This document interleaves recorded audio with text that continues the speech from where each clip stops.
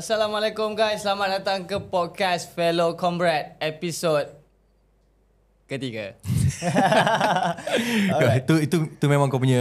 Itu aku cuba dapat aku punya trademark lah. Trademark, sorry. Orang jumpa aku cakap Amri, kepala sangat sikit. Macam tu lah kan. Okay, so hari ni kita dah episod ketiga, Alhamdulillah. So kita bawakan satu pada aku heavyweight, not heavyweight like a body weight, heavyweight punya portfolio. Okay. I need to be clear. Alright.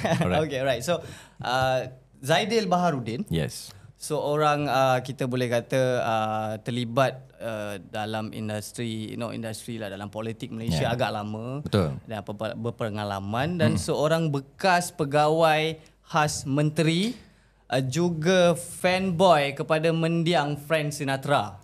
Satu lagi yang paling aku suka adalah dia rupa-rupanya Zaidil adalah founder, pengasas kepada Send GPS, which it's a firm, political firm yang aku follow, aku dah lama dah follow. Okay. Baru tahu dia pengasas. Sebab aku common people, so bila dengar founder ni macam produk kecantikan lah.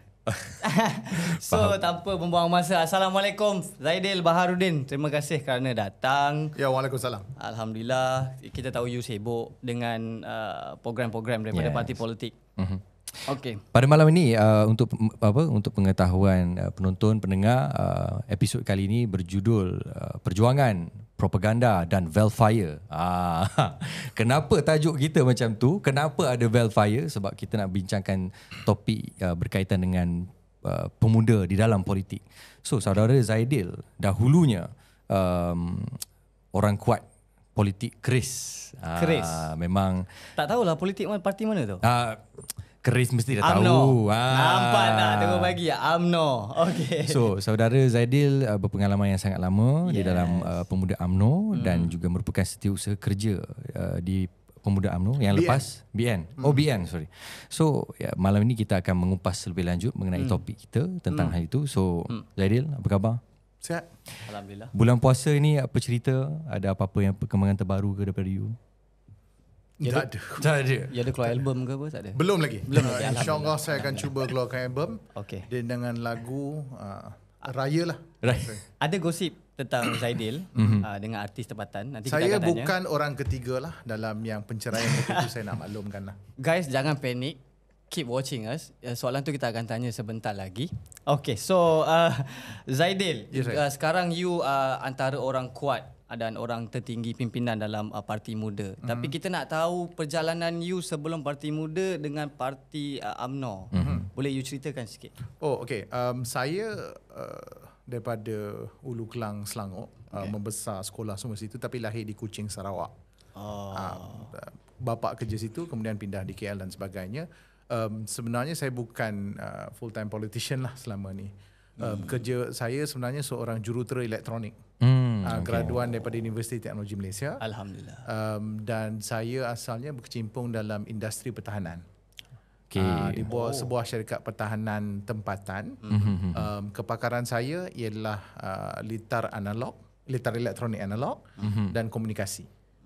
Kemudian macam mana boleh ke politik?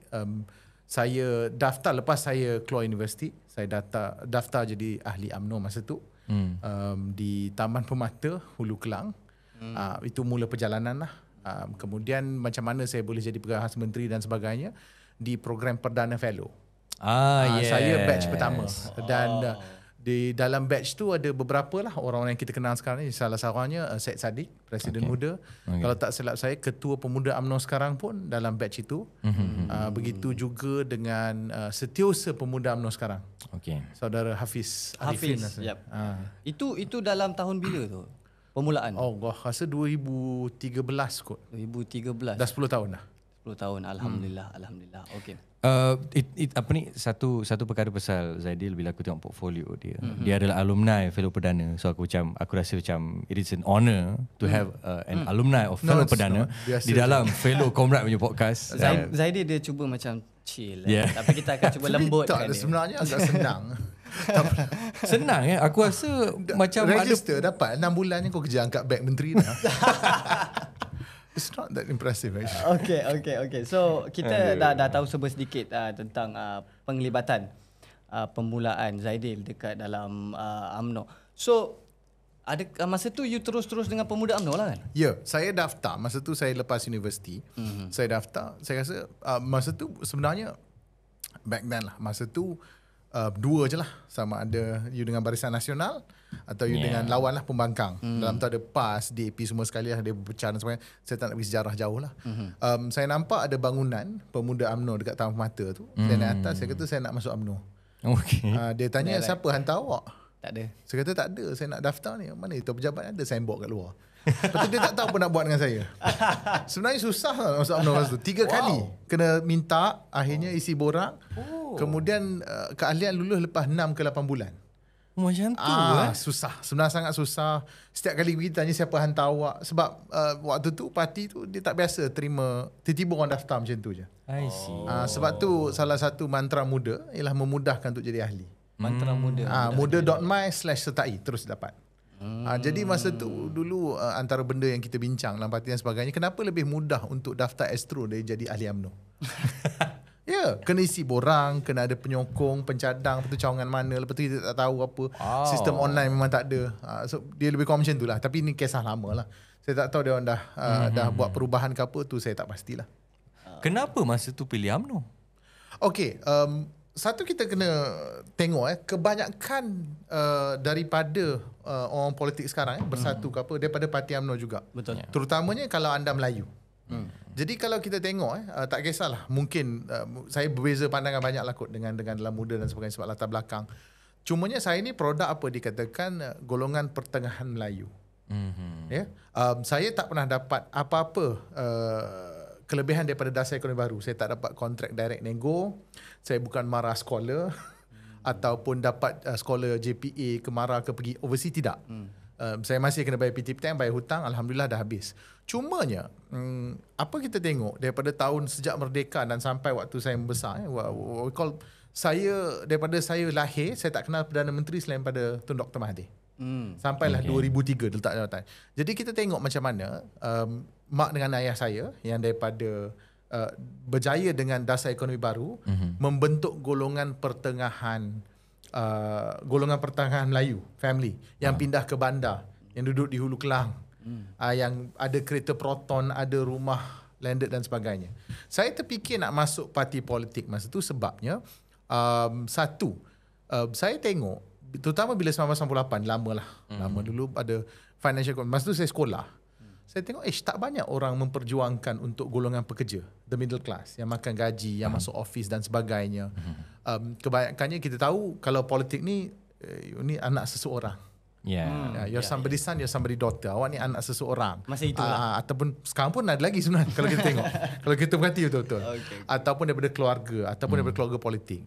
Sebab tu kalau cara saya daftar UMNO, tak ada siapa recommend. Saya tak kenal sesiapa dalam UMNO Gombak tu. Saya kata okey. Aku duk kata patut buat macam ni, patut macam ni. Tapi aku tak ada dalam sistem. So saya kata saya kena masuk dalam sistem. Jadi saya kena jadi ahli. Maka waktu tu UMNO kerajaan, saya nak ubah dasar kerajaan, maka saya kena malu jalan tu lah. Dan saya mula daripada bawah lah. Siang masa tu saya dah graduate. Saya graduate. Siang saya buat reka bentuk lita elektronik. Malam saya gantung poster Barisan Nasional. Dan waktu tu lah kemenangan pertama Azmin Ali di Hulu Kelang sebagai adun. So masa tu pro bono lah gantung poster. Pro bono.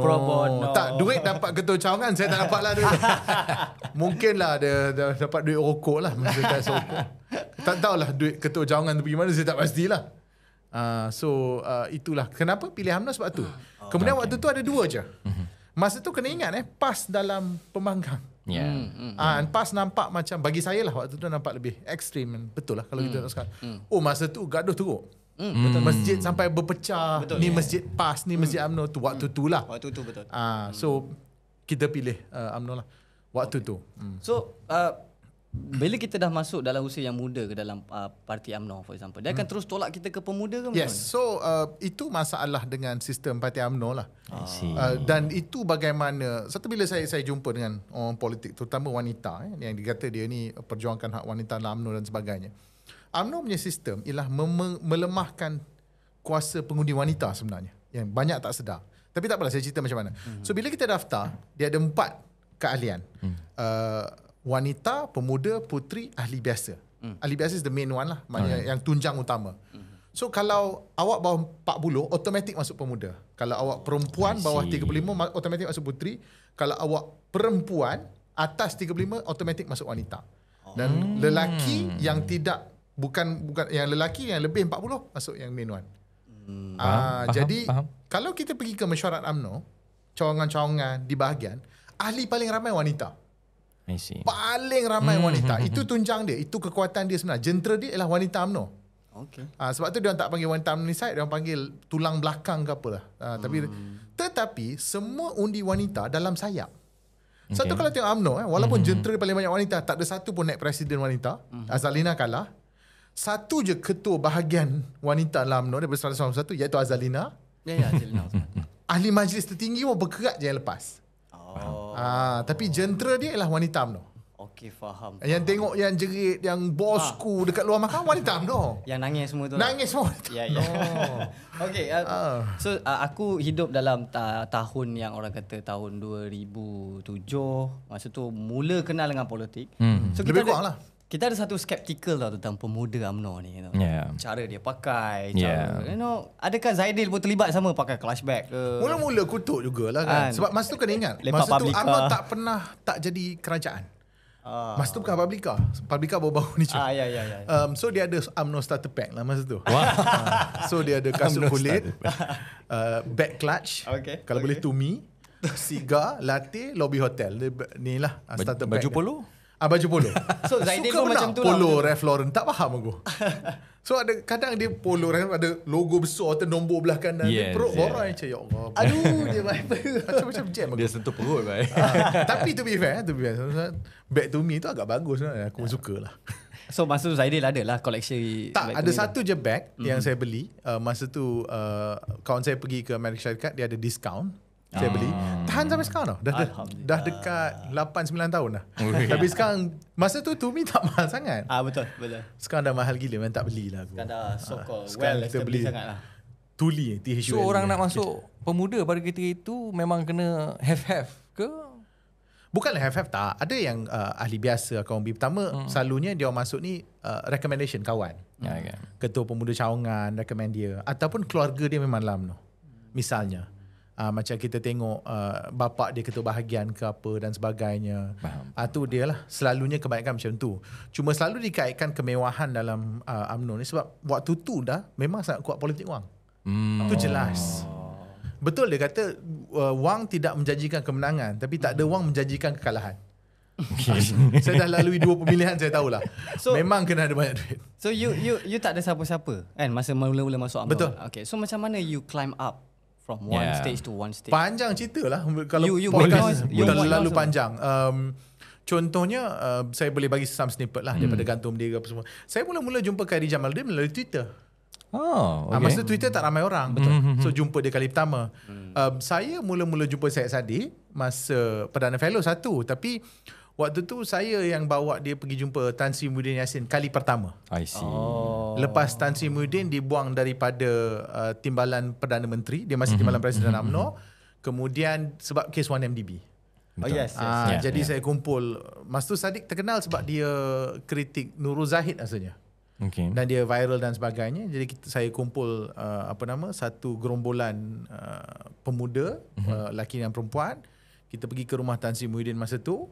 Dan kita tanya apa kita boleh buat untuk bantu sebab kita tahu kes 1MDB ni teruk.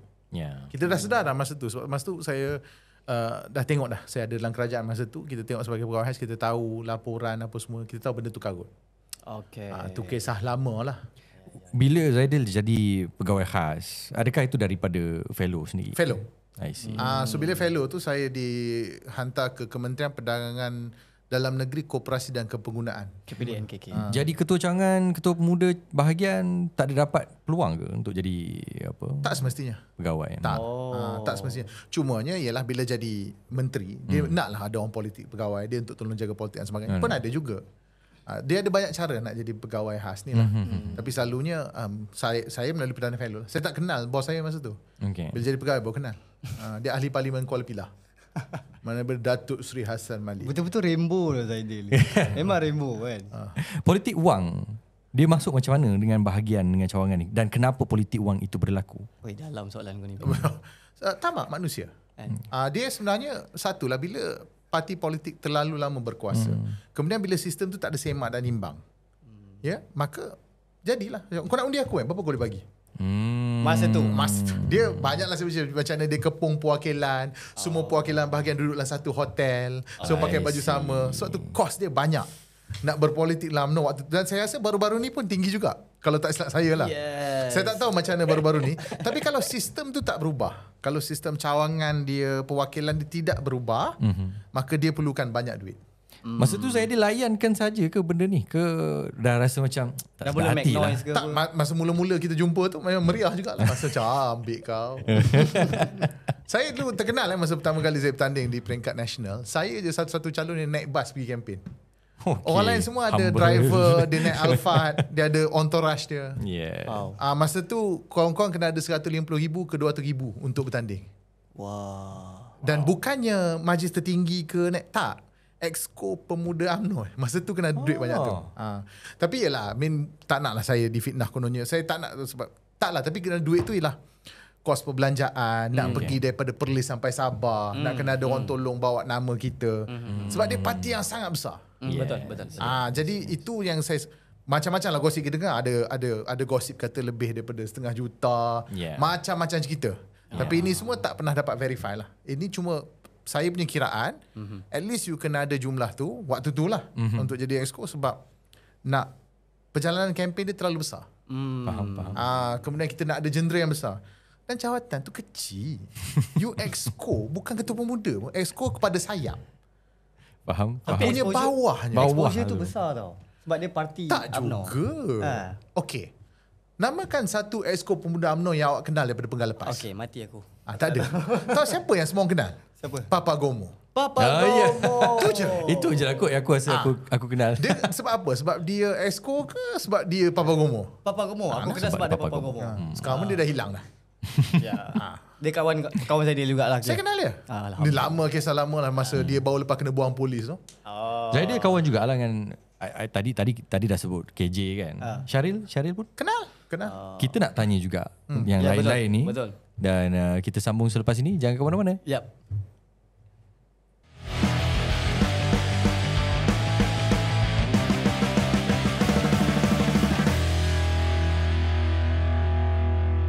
Now we are back. So Rahman, kita dah dengar banyak share berkenaan dengan UMNO. Kita tak kritik UMNO, kita cuma nak tahu. Basically kita jemput Zaidil sebab dia adalah orang yang berpengalaman. Personalnya itulah. Dia punya pengalaman dalam pemuda. So kita nak tahu. Kita duk dengar cerita luar, kita duk dengar cerita makcik-pakcik, jiran-jiran, abang-abang kita semua ni. So apa kata kita tarik kawan pemuda, bekas pemuda untuk menceritakan perjalanan dia, so that hari ni dapatlah clear picture. So tadi saya ada sentuh pasal apa, kawan dengan Papa Gomo lah, Syaril lah, KJ. Kenal. Dah tak ngam. Okay. Tapi ada gambar dengan perkauman dia, ya Allah. Kita mula dengan Syaril dulu. Kejap ada anti-vaxxer pening berlaku tengok. Kita mula dengan saudara Syaril dulu. Di mana dia orang pun dah ada podcast keluar sekejap. Dan first episode dia orang pun saya tengok dia orang ada mention nama Zaidil. Siap mention lagi kawan lama semua. Betul. Apa cerita tu kawan lama tu apa semua tu? Involvement you dengan KJ tu. Mungkin boleh kongsi tu. Dulu yalah saya pernah jumpa parlimen dan sebagainya. Dulu saya ada masa tu Syahrir Hamdan pegawai khas KJ lah. Kemudian saya ada handle apa dipanggil Barisan National Youth Volunteers, BNYV. Salam. Situ yang kita kenal dan sebagainya. Kemudian dia jadi menteri dan kita kenal lah. Dan kenapa disebut tu sebab nama Sembang Kencang Sahih. Dulu saya ada macam video lah. Kononnya nak jadi macam John Oliver ke ataupun siapa nama John Stewart ke kan. So kita buatlah segmen 3. Ni lepas 2018 dah kalah pilihan raya, tak ada benda nak buat. Kita buatlah video. Ulang balik sejarah tu yang kelakar tu. So nama saya punya show ialah Sembang Kencang Sahih. Maksudnya kita sembang kencang tapi sahih lah. Jadi untuk maklumat tu lah. Sebelum ni Zaidil adalah seorang terpaling kanan. Kan UMNO. Dan tegak agak ah. Tegak agak. Suddenly sekarang adalah terpaling kiri. Tak, masih kanan, tak kiri. Masih kanan, Ambil kiri lah, aku kanan lagi. Aku masih percaya kepada kapitalism dan GST. Wow. Itu yang aku nak tanya tadi pasal GST. So dekat mana transitionnya bermula ke? So saya tak tinggal UMNO lepas UMNO kalah pilihan raya. Tak. Sebenarnya kalau boleh cari, malam 2018 bila UMNO kalah, semua orang terkejut. Masa tu BFM cuba telefon semua UMNO, tak ada siapa jawab. Dia dapat seorang aja, dia telefon saya. Saya je nak jawab telefon. Dan masa tu sebenarnya saya ada buat pertaruhan lah. Betting ni haram ya. Teknik yang pertaruhan itu ialah haram. Isi undang-undang di bulan Ramadan kita jangan galakkan. Tetapi kita macam kawan lah aku rasa. Saya masa tu dah boleh agak UMNO akan kalah. Dan bila kalah saya sangat gembira. Saya kena faham, saya mula daripada bawah. Orang tak ada duit apa semua. Bukanlah tak ada duit, ada, tapi tak adalah 300,000 nak bertanding. Itu hutang kita hutang kita tu hutang rumah. Kena jual rumah kalau nak jadi masa tu lah. Ada sebab lah. Tak sebenarnya politik wang saja, tapi ialah dari kes nak pergi kecawangan-kecawangan sebab sistem tu terlalu memakan banyak sangat resources, banyak sangat peruntukan untuk bertanding. Sorry, yang duit tadi 300,000, 100,000. Duit tu pergi ke UMNO dulu ke duit tu persediaan kita? Persediaan kita. Kita nak ada jentera, kita nak belanja orang makan, kita nak perkenalkan sebab sistem dia besar. Kita kena setiap bahagian jadi banyak. Satu dia mahal. Saya tak nak ke sini panjang. Saya pernah ada buat cadangan macam mana kita nak ubah sistem dalam, tapi tak berminat sebab sistem tu menguntungkan mereka yang berkuasa. So if you have the resources, you will always stay in power. Sebab tu yang kalah 2018 sampai sekarang, orang sama je. Presiden, timbalan, dia punya bendahari, dia punya setiausaha agung, orang sama. Dia tak ubah, dia tak ada ni. Tapi kita apalah. So saya tak tinggalkan UMNO lepas UMNO kalah. Saya tinggalkan UMNO lepas UMNO kembali berkuasa. Bila berlaku langkah Sheraton, saya jumpa Syed Saddiq kat rumah. Sebab kita kawan. Saya kata, Saddiq, aku dah tak boleh tunggu lagi dah lah. Nak tunggu UMNO berubah dalam, it won't happen. Sebab bila dah dapat kuasa balik, dia takkan berubah. Dan kita dapat tengok hari ni. Macam mana Zahid Hamidi tu, macam mana dia boleh buang orang aja, macam kita nampak. Jadi saya kata bila UMNO dah kembali kuasa, orang lain tinggal ke UMNO bila hilang kuasa. Bila kawan-kawan jadi menteri, saya tinggal ke UMNO. Kita patah balik sikit.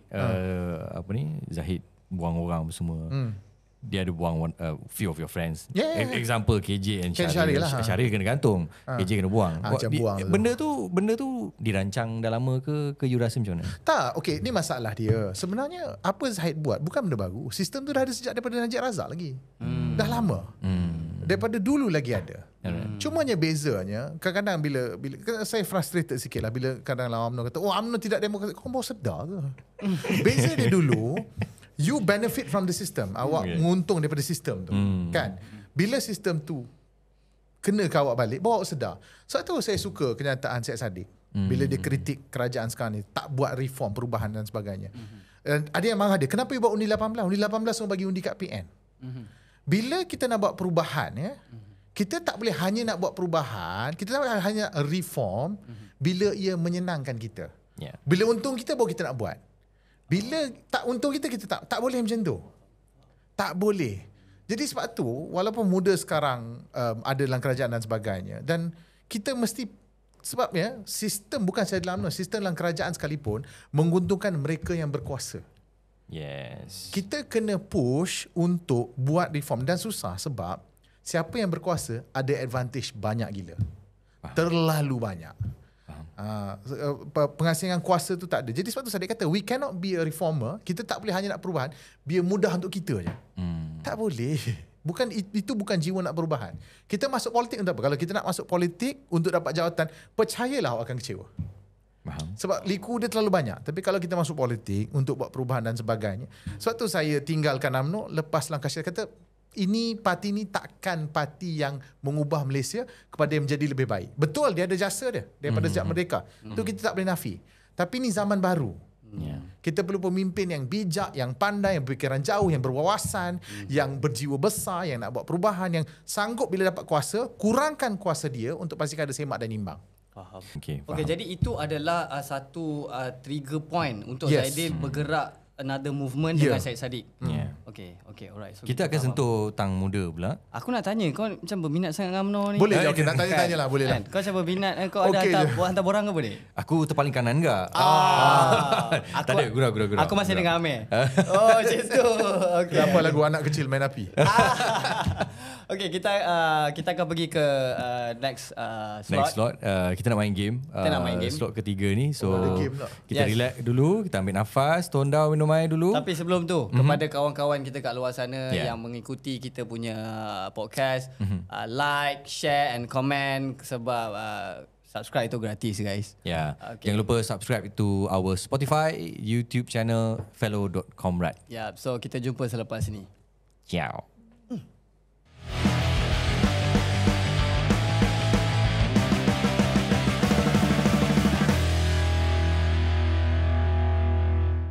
We are back. Bertemu kembali untuk slot yang ketiga yang mana kita akan main game Bean Boozle.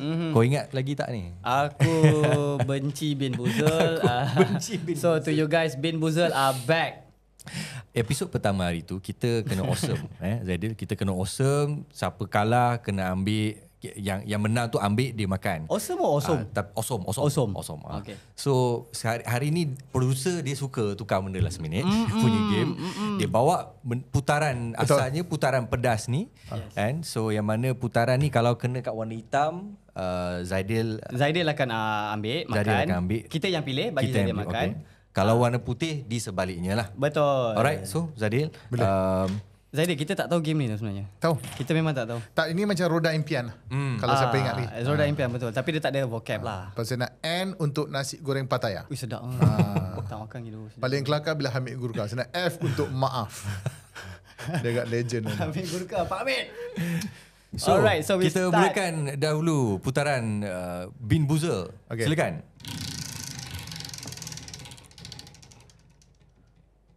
Oh shoot. Okay. Warna putih. Putih. Nampak? Dia akan pilih. Oh my god. Terima kasih lah.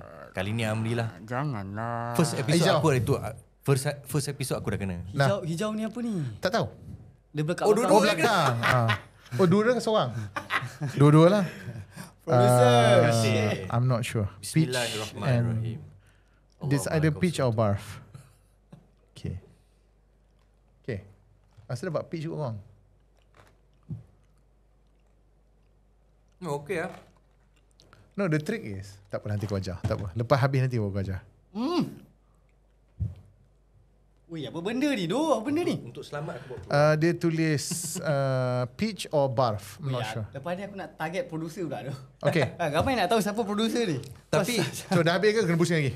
tapi yang aku kena adalah dia macam pedas. Apa benda ni? Alhamdulillah lah. Macam hari tu pun good luck lah. Okay lah. So Zaidil dah kena kita orang. Okay, so kita ada lagi 2 kali putaran. Okay. Kau boleh putar. Bismillahirrahmanirrahim. Hitam. Okay, Okay. sekali lagi. Okay lagi. Sekali lagi. Kalau kena kita sekali lagi, mati tu. Putih. Lagi sekali. Lagi sekali. Lala. Okay. Cantik. Kita pilih. Tadi dia bagi 2, kita nak bagi 2 ke macam ni? Bagilah duduk. Janganlah. Satu je lah. Tadi dia macam tak dah habis kan. Okay. Bismillahirrahmanirrahim. Warna merah. Ini macam Amir kena itu. Dah boleh makan? Pomegranate. Dia tutup hidung. Mana Cik producer? Dia tutup hidung. Dia relax Habib. Tadi dia nak share dia punya skill tadi. Berjaya? So untuk pengetahuan pendengar yang mungkin tak tengok video, dia nak tahulah game kita ni macam mana. So kita silakan. So game ni adalah kita putar, kalau let's say kena kat warna hitam, either one of us kena kat warna putih, either one of us kena lah. So kena apa? Kena makan gula-gula Bean Boozle. Yang mana dalam ni adalah gula-gula yang berbau, yang pedas, yang sedap. Kau dapat yang tak sedap lah. Memang tak sedap pun. So aku ingat aku nak langgar producer kan. Sebab dia dah langgar kita 2 kali. So kita tak nak putar. Untuk yang ketiga ni kita nak bagi soalan kat Zaidil. Boleh. Kalau Zaidil tak nak jawab, dia kena makan lah. Okay, alright. Sure. So kau ada soalan ke aku nak bagi soalan? Boleh mula dulu dengan Okay. Amir. So Zaidil, Yes. Ziana Zain dengan Era Fazira, mana yang you rasa you nak date? Sekejap. Ziana masih? Kening. Tak lah, tapi dia... Date tak semestinya ke kahwin. Ini keluar makan pun boleh juga. Dia single sekarang? I don't know. Okey. Surprise. Okey, pertamanya saya dah berkahwin. Jadi supaya tidak menimbulkan kontroversi. Ini adalah soalan retorik semata-mata. Weh, dia pakai kabel dah, pakai bini tu. Alah, Cina kita pun dah kahwin, babe. Tapi satulah Maksud saya Nazin kot. Jangan sebab dia bawa motor besar. Bukan. Sebab kening dia boleh naik. Oh, kening dia boleh naik. Lepas tu dia kakak Anwar Zain. Legendary. Boleh Shout out to Anwar lelaki Zain. ini. Okay guys, so kita dah relax, chill down sekejap. So kita nak pergi ke third slot. So see you guys after this. Ciao. Salute.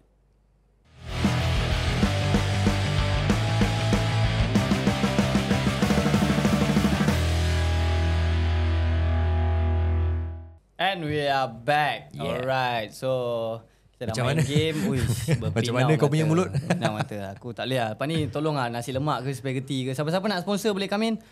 And Aku rasa tadi aku dengar Zaidin nyanyi sikit tadi. Lelaki. Alamak. Wah, aku rasa ada tips kau pandai menyanyi ke macam mana ke? Agak pandai lah. jadi betul lah Zaidin wakil sekolah dulu pertandingan menyanyi. Bukan. Tapi aku pernah masuk dalam apa nama? Choir. Choir.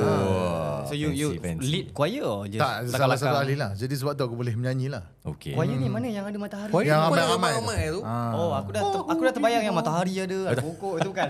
So kita ada lah. So macam dia ada. Sebab tu macam tona suara kan. Macam So bila kau dah pandai nanti kau boleh Singgara reporter, Singgara teliera. Mantap. Singgara teliaranda, Vana teliera. Kalau kau tengok kalau kau tengok TikTok dia ada nyanyi lagu Cina tu tak? Kau jangan main-main dengan dia. Satu Malaysia. Cakap pasal TikTok. Okay. Aku ada follow sebelum kita Zaidin. jadi stesen radio Tamil Hits Love FM. Baik kita berhenti. Aku ada tengok Zaidin punya TikTok. Betul. Zaidin banyak bercerita pasal ekonomi. Betul. Yeah. Dan juga pertandingan pantun pun ada juga lah. Tandingan pantun? Ada. Okay, Dari Dewan Sekolah Menengah Tamil Ulu Bertahmil. Tak pernah. Okay, kita boleh tak Zaidin bagi pantun 4 kerat spontan?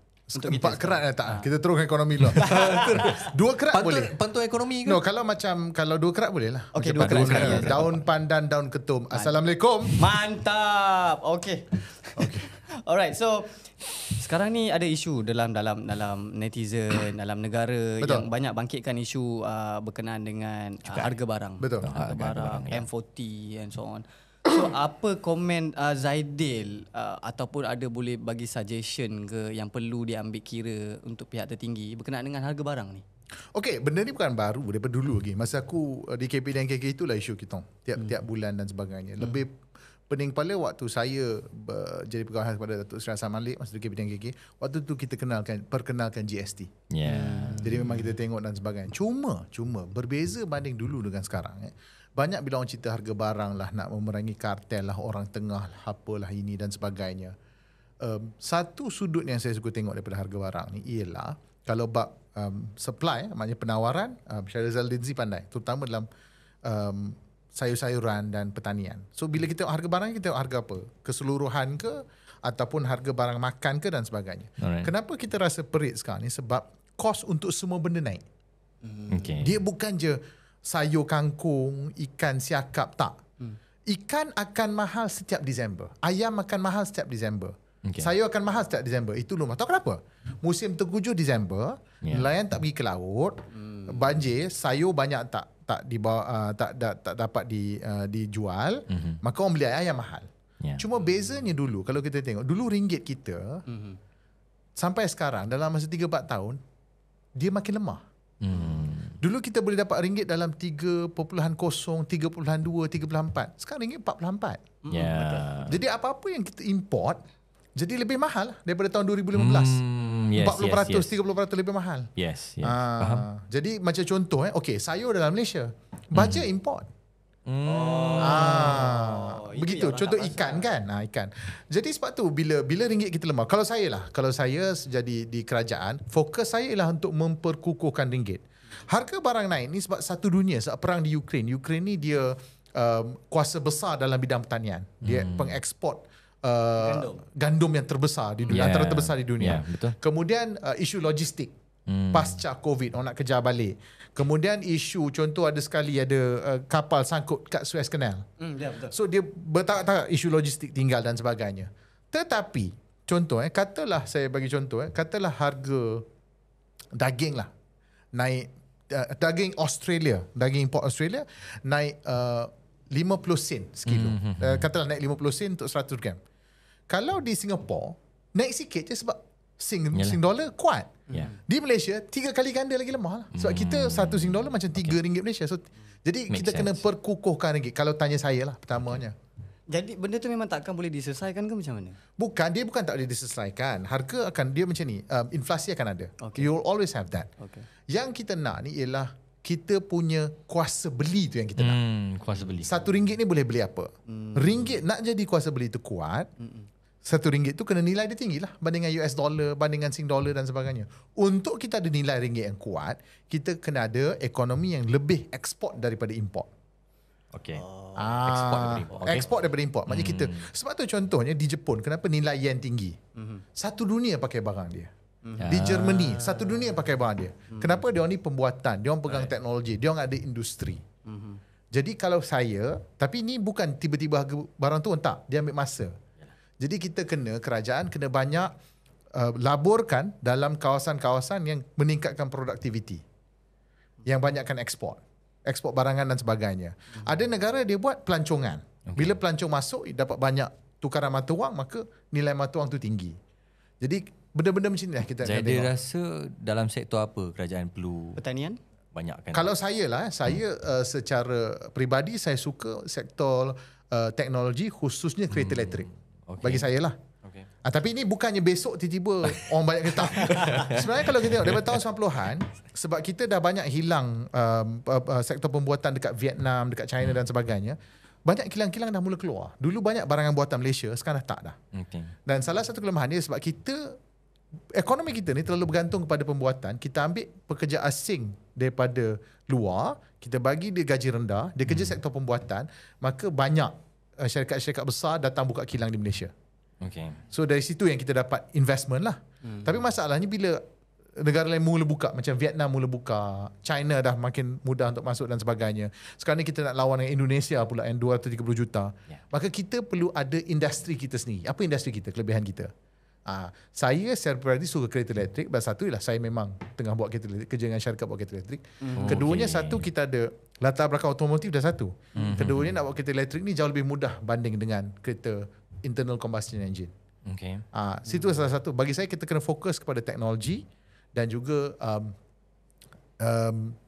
renewable lah, tenaga baru, khususnya air kalau tanya saya lah. Minyak macam petroleum ada kena-mengena ke dengan benda ni? Kita sebenarnya antara ekspor terbesar kita lah minyak. Antaralah selain daripada elektronik dan sebagainya. Cumanya sampai bila? Sebab tu hasil bumi. Hasil bumi. Kita tak boleh terlalu berharap kepada satu saja. Kita kena memperbagaikan. Itu yang ada ekspor minyak sawit, ada ekspor. Tapi dalam banyak-banyak ekspor komoditi yang paling rendah harga. Saya bagi contoh, Malaysia pengeluar getah kan. Tapi bila kita kedai tayar apa yang paling mahal? Michelin. Michelin daripada mana? Italy, Euro. Ada getah kat Euro. Bridgestone mahal kan? Bridgestone ni Jepun. Mana ada getah? Make sense. Kan? Sebab itulah nilai macam inilah. Harga batu bata dengan harga rumah. Nampak tak langit dengan bumi beza dia? Semua negara yang miskin, yang mata wang dia rendah, dia kebanyakan dia ekspor bahan mentah. Negara yang kaya ialah dia ambil bahan mentah tu, dia buat sesuatu yang bernilai. Jepun tak ada minyak, tak ada getah, tak ada apa. Bila paling kelakar bila kita pergi bengkel kereta, kita isi minyak hitam kan. Rasa ni, ni Germany punya bos. Banyak bagus punya. Harga terus roket Germany mana ada minyak? Dia mana ada minyak? Yes. Mana ada? Sorry pendengar, tergelak lebih tadi. So kenapa? Sebab teknologi dan itu. Jadi kita kena laburkan. Masalah sejak daripada kerajaan Najib ni, kritikan saya lah. Kita terlalu banyak buat pelaburan dekat sektor-sektor, contohnya hartanah. Kita bangga saya dengan menara TRX bernilai berapa bilion apa ke. Dia menara je. Nilai hartanah bilion tu kita yang kata okey, contohnya property valuer kata nilai bangunan ni lebih kurang berapa bilion. Kalau tak ada orang duduk, tak ada orang duduk. True. Kita ada menara Merdeka, kita ada menara TRX. Berpuluh tingkat kosong. Yes. Itu bukan yang kita nak. Kita nak kilang. Productivity. Kita nak productivity, kita nak teknologi. untuk buat benda tu, ni yang usul kontroversi, kita kena bawa masuk talent ataupun bakat daripada luar selain daripada dalam Malaysia. Dua cara. Satu, universiti kita kena lahirkan graduan yang lebih bijak. Keduanya, kita kena ambil bakat daripada luar. Masalahnya, ekonomi Malaysia sekarang ni terlalu bergantung pada import tenaga buruh murah sebab kita boleh tekan, ada orang tengah boleh buat duit. Manakala mereka yang pandai-pandai sampai dah 20 tahun duduk Malaysia, PR pun tak dapat. Itu masalah dia. Itu yang perjuangan muda ni. Sebenarnya kita nak betulkan sistem. Saya tahu tak ada jawapan mudah. Betul. Saya tak ada formula turunkan harga kereta, pergi ceramah dengar-dengar tu. Jadi menteri janam. Jadi sekarang ni kebanyakan yang kita nampak adalah keputusan-keputusan popular yang dibuat daripada peringkat tertinggi, which is macam menu rahmah apa Betul. Semua tu. Adakah itu akan boleh jadi long lasting punya? No, semua jangka masa pendek. Jangka masa pendek. Tapi bukanlah saya kata salah. Baguslah buat, tapi itu jangka masa pendek. Kemudian menu rahmah ni pun tengok strategi juga. Macam saya ada tengok bos Maidin cakap, dia kata dia boleh buat menu rahmah. Dia boleh buat menu rahmah. Dia pasti boleh buat untuk contohnya nasi, ayam, sayur. Dia boleh buat kos bawah RM5, maybe RM3 kalau dia beli ni. Tapi kita jangan lupa, bila makanan tu, bila kita buka restoran, kos makanan bukan kos bahan mentah je. Sewa kedai, pekerja. Lepas tu nak pulang modal. Kan dia dah invest RM200,000. Dia nak dapat balik, dia mesti ada. Jadi benda-benda itu jangka masa pendek. Kalau siapa mampu buat, boleh buat dan sebagainya. Tapi itu bukan jangka masa panjang lah. Jadi dia sebut tadi adalah parti muda punya fokus dekat sini. So, adakah sekarang ni movement yang dah dijalankan oleh pemuda berkenaan dengan isu harga barang ni? So kalau kita ahli parlimen, kita satu je ahli parlimen. Apa idea-idea daripada dalam muda? Kalau daripada saya lah, daripada saya, antara isu agama pertama bagi saya fokus kepada perkukuhan ringgit. Itu kalau tanya saya. Dan kita takkan boleh sign dalam masa 3 bulan. Tak. Dia masa 3 tahun, 5 tahun, 10 tahun. Dia ambil masa yang panjang. Itu yang pertama. Keduanya, kita kena jaga juga perbelanjaan kerajaan. So kalau kita nak dapatkan pelaburan, pelabur paling besar dalam Malaysia ni lah kerajaan. Kerajaan yang pelabur paling besar. Dia yang mampu boleh buat jambatan dan sebagainya.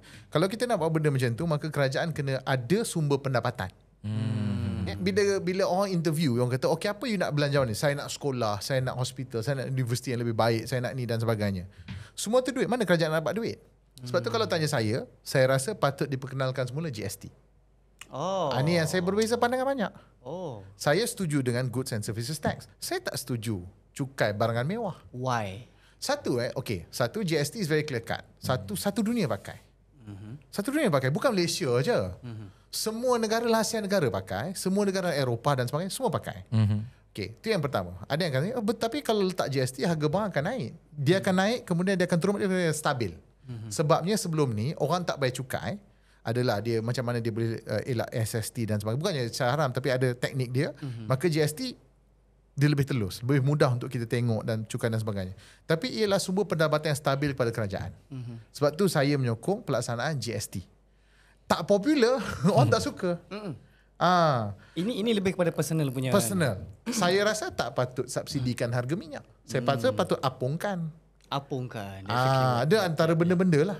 Benda-benda macam ni lah. Last time GST kat Malaysia is 6%. Zaidil nak maintainkan lagi ke? Kalau ini yang kita perlu, ini katalah, ini yang kita kena buat kajian lah. Mungkin untuk permulaan, kita kata jangan buat 6, buat 3 dulu. Antara kesilapan terbesar kerajaan Pakatan Harapan dulu, masa zaman Tun Mahathir, ialah dia buang GST. Saya rasa dia tak patut buang. Apa dia buat? Katalah dia kata sebab dia dah janji nak turunkan harga barang apa semua. Daripada 6 tu dia buatlah 0 atau 1%. Jadi mekanisme tu ada. Jadi kita mainlah peratusan tu. Bagi saya. Macam perkenalkan GST ni tak popular. Tapi yang betul. Yang betul tak semestinya popular tak semestinya betul. Saya bagi contoh kita kata government sekarang. Perikatan Nasional nak suruh keluarkan KWSP. Popular. Betul? Tak. Tu dasar yang popular, yang berpandangan cetek, yang sangat populis tetapi sangat tidak bertanggungjawab. Kami tengah susah kena keluar KWSP sekarang. Kau mau 35, kau mau 38, 40 tahun nak keluar KWSP sekarang. Kau rasa susah. Bayangkan umur 65 tahun, katalah KWSP dah habis. Mana lagi susah? Kita nak keluar sekarang untuk bayar hutang. Kenapa kita nak keluar duit simpanan wang pekerja untuk hari tua untuk bagi kat bank? Yang untung bank, bukan pasaran. Jadi nampak tak antara popular dengan yang betul. Jadi pandangan saya banyak yang saya rasa tak popular tapi saya rasa kita perlu buat. Okay. So kita kena jalan kaki pergi sana dan sampai ke benda ni. Itu. Lepas tu kebetulan tiba-tiba ada pakai baju kot. Cover lah sikit. Tiba-tiba nampak elok Kan saya nak keluar dari kerja apa? Saya banyak KWSP ada. Nak bayar hutang, kenapa nak bagi kat bank? Yes. Sebab katalah jadi muflis, bank tak boleh sentuh duit KWSP. Jadi langkah kerajaan sekarang yang memperkenalkan cagaran whatever thing itu Cagaran tak jadi kan? Saya rasa tak jadi. Tapi kalau benda tu jadi, itu adalah langkah selamat kerajaan Saya ke? tak suka cagaran. Saya tak setuju. Okey.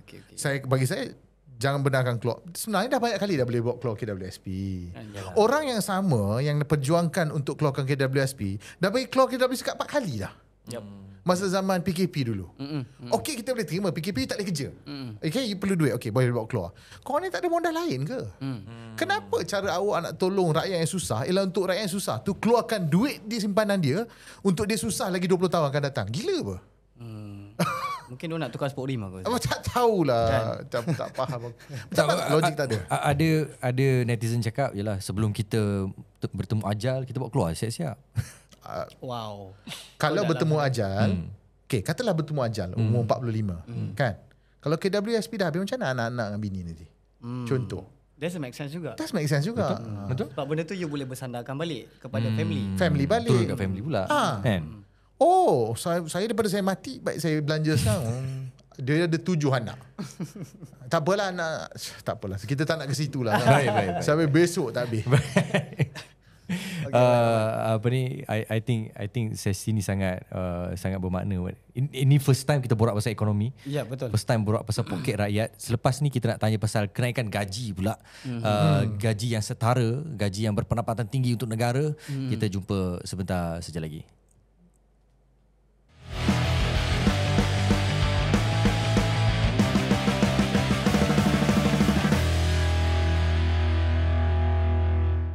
And we are back. So Rahman tadi isu yang sangat seronok. First time kita bincangkan pasal ekonomi. Betul. Dapat beri input juga kepada youngsters sebenarnya. Untuk youngster macam aku. M40 yang tersepit macam kau. Okay. Kesian aku. Tadi kau ada isu yang kau nak sampaikan sebelum kita rehat. Apa itu? Pasal kenaikan gaji lah. Kenaikan gaji. Bukan kenaikan gaji tapi gaji yang gaji yang bermaruah kot nak disebut. So untuk ada gaji yang bermaruah, untuk ada gaji yang tinggi, untuk menjadikan pendapatan yang tinggi di negara ni, of course majikan semua kena bagi gaji yang tinggi lah. Betul. Apa komen? How? Like macam mana nak buat benda tu? Like tidakkah itu akan efek pada majikan pula? Yes. Betul. Yes. So macam mana mekanisme itu yang boleh Zaidil kongsikan? Okay, so dia tak ada jawapan mudah, tapi saya bagi dalam semua bentuk lah. Okay. Pertamanya, satu kita kena akui, gaji tak setara dengan inflasi. Gaji jurutera masa saya mula-mula kerja dulu dengan sekarang tak banyak beza. Kenapa? Sebab kita tak ada industri baru, kita tak ada syarikat baru, kita tak ada teknologi baru, kita tak ada industri baru. Sama, memang kita kena tunggu orang pencen lah, pusing-pusing. Jadi sebab tu gaji tu stagnan sikit. Jadi pertamanya kita kena buat pelaburan di tempat yang boleh lebih produktif. Menghasilkan produk baru, membuat sektor pembuatan. Jangan asyik hartanah. Bina menara 50-80 tingkat, bangga, potong riba, yeay! Itu apa benda ni? Ghost town. Okay. Keduanya kita kena buat benda ni. Pertamanya, gaji ni bukan je untuk profesional, tapi cut across the board. Okay. Masalah dengan ekonomi Malaysia ni, kita terlalu bergantung kepada buruh murah luar. Kita import buruh murah luar, dia kerja dekat semua ni, kemudian itu candu kita kena berhenti. Itu kerajaan ni kalau dia berani nak buat, sebenarnya itu antara benda yang dia kena hentikan atau kurangkan. Sebab pertamanya golongan berniaga sukalah murah, buruh murah. Buruh murah ni contoh dia daripada luar dia masuk, dah lah bayar gaji minima. Pasport dia kita boleh tekan, dia bukan warga negara, kena cerca. Kan macam-macam lah. Jadi boleh ditekan. Sebab tu kita kena berhenti candu ni. Kenapa saya kata contoh dan candu ni bukan je untuk golongan, kita pun suka. Contoh kita marah, teh tarik kenapa dah harga RM2 sekarang? Mana taknya? Kalau kita marah pekerja asing banyak, lambatkan pekerja asing. Harian Metro sekarang, lambatkan pekerja asing. Tapi pada masa sama kita nak kedai mamak buka 24 jam. Kita nak harga teh bawah RM2. Kita kena lepak pukul 3 pagi. Itu masalah dia. Faham. So kita kena buang candu kebergantungan kepada pekerja asing. Itu pertama. Okay. So bila pengenalan gaji minima, Amal kata, kenapa gaji minima ni, bila kata minimum gaji 1,500 atau 1,800 kan, katalah kita buat gaji minima, dia kata kenapa untuk semua, kenapa untuk orang Malaysia je 1,500, pekerja asing rendah lagi. Sampai bila lah majikan tak ambil orang Malaysia? Sebab tu kita kena cut across the board. Bukannya bila satu benda yang saya pernah ada bahas dengan wakil Malaysian Federation of Manufacturing lah. Dia kata contoh dalam sektor peladangan, orang Malaysia tak nak buat. Walaupun kita dah bayar gaji apa semua, dia tak nak. Maksudnya kita ambil kerja asing. So saya tanya berapa? Oh, kita bayar tinggi. Berapa tu? 2,000, 2,200 permulaan. Dia duduk dekat ladang dia ni. Tu saya tanya dia, okey, katalah anak awak habis SPM. Ni bukan kerja hakiki lah sebelum masuk universiti.